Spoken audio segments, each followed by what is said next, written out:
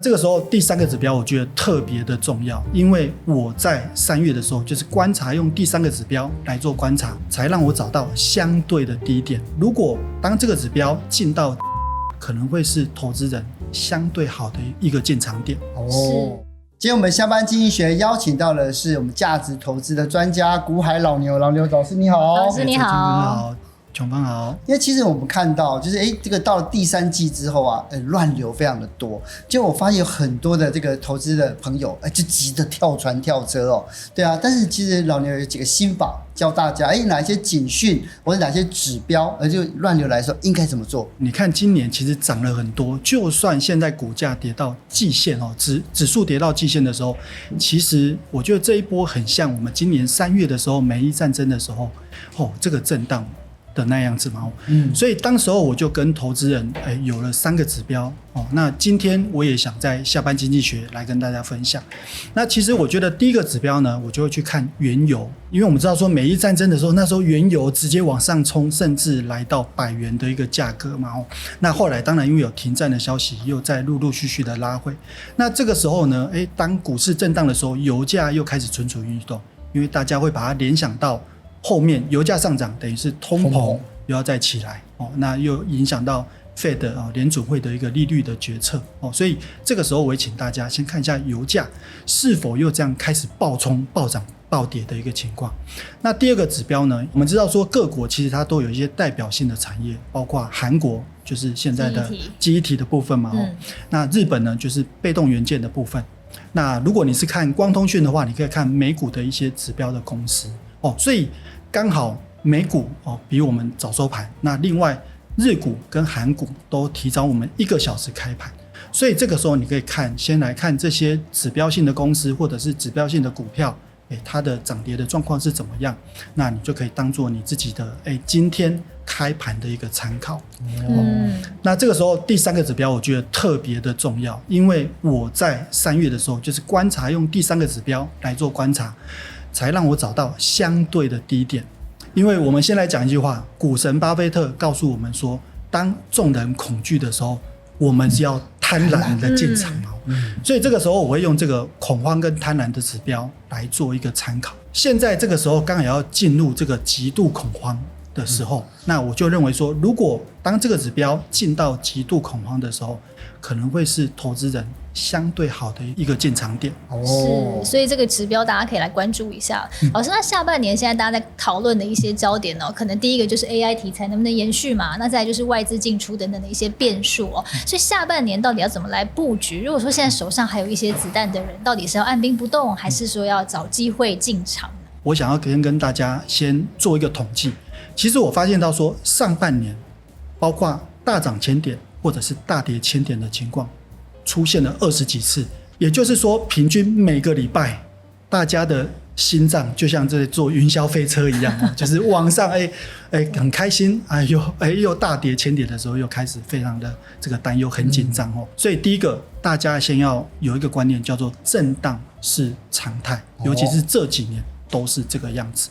那第二个的话呢，我会跟大家讲，因为我们是属于价值型的投资人，不是那么喜欢一次就把股票全部买光光，我们会把我们的子弹分批分成3份到4份来做进场。我发现到投资人现在很紧张的就会说，过去遇到空头的时候，他们都会跟我讲说，老牛啊，我这个时候原本有定期定额在扣款，到底要不要先停掉？那我是会跟他们讲说，定期定额绝对不要停扣那另外呢，你自己也要注意到说最后一定要留一批的一个资金，当这个市场有黑天鹅出现的时候，可以再拿过来加码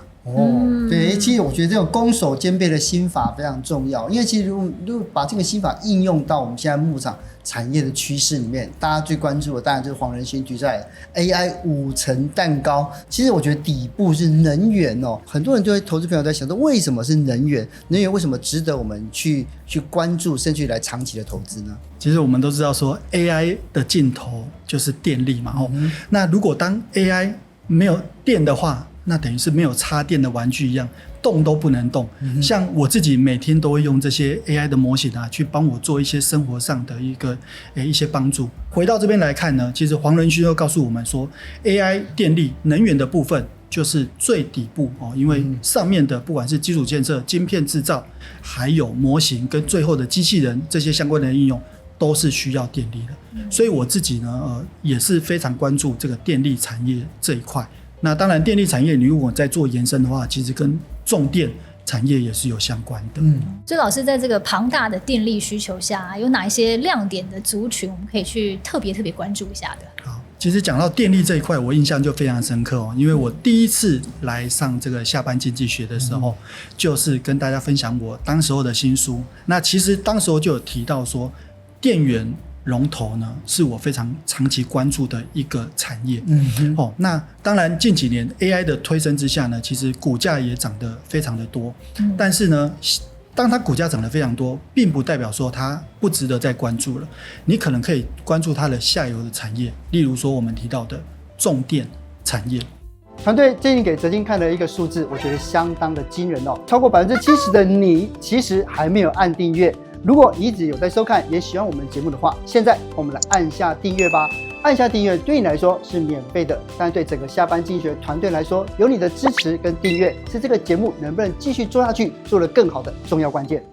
因为我们知道说，美国近期它政策上需要做老旧电厂的一个汰旧换新所以它需要这些开关厂、变压器还有这个调电盘其实都是重中之重。另外呢，台湾也有政策性的一个延续，包括强韧电网的一个政策这是一个10年的一个大政策。另外我们知道说，我们能源也要进行做转型嘛最近有这个核能的部分再次启用的一个准备所以在这种情况之下呢，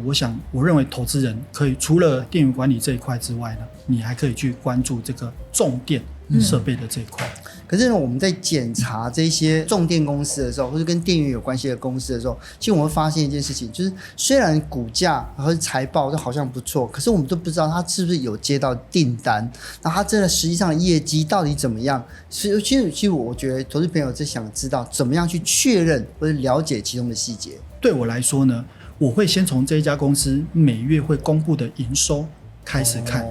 如果这一家公司的营收它有月增或者是年增的一个表现，那当然是相当不错。那除了看营收之外，我当然还会接着看获利还有公司的展望，包括现在7月我们已经知道说台积电已经公布了它的财报，那接下来陆陆续续其他的一些龙头公司呢也会开始陆陆续续的公布这个第2季的财报。这个时候我们就会关注公司的它的一个获利的表现，还有他在法说会上面会跟大家讲他下半年甚至明年的一个展望的规划。那这个时候呢，财报上面还是有几个重点要请大家注意。第一个毛利率我觉得毛利率就特别的重要，因为毛利率才能知道说你这家公司的赚钱的一个效率能力有没有一个提升。那另外我也还会再特别注意到资本支出。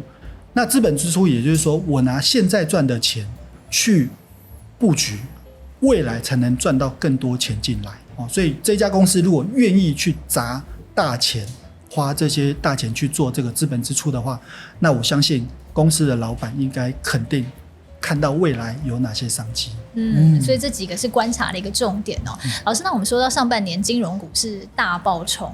这个7大金控呢有部分涨幅高达4到6成之多。但如果说投资人下半年还想要投资金融股的话，有哪一些心法我们可以特别关注的？现在下半年的时候，我们可以留意到说这些公司呢金控股开始进到6月、7月、8月是他们除权息的旺季。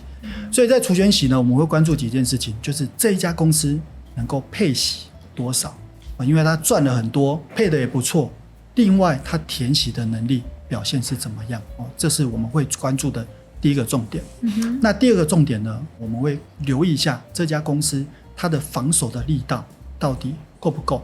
所以像金控股就是我们一般来说属于防守型的，除了布局这个 AI 比较进攻型的产业之外，我们也会布局像金控股的一个产业。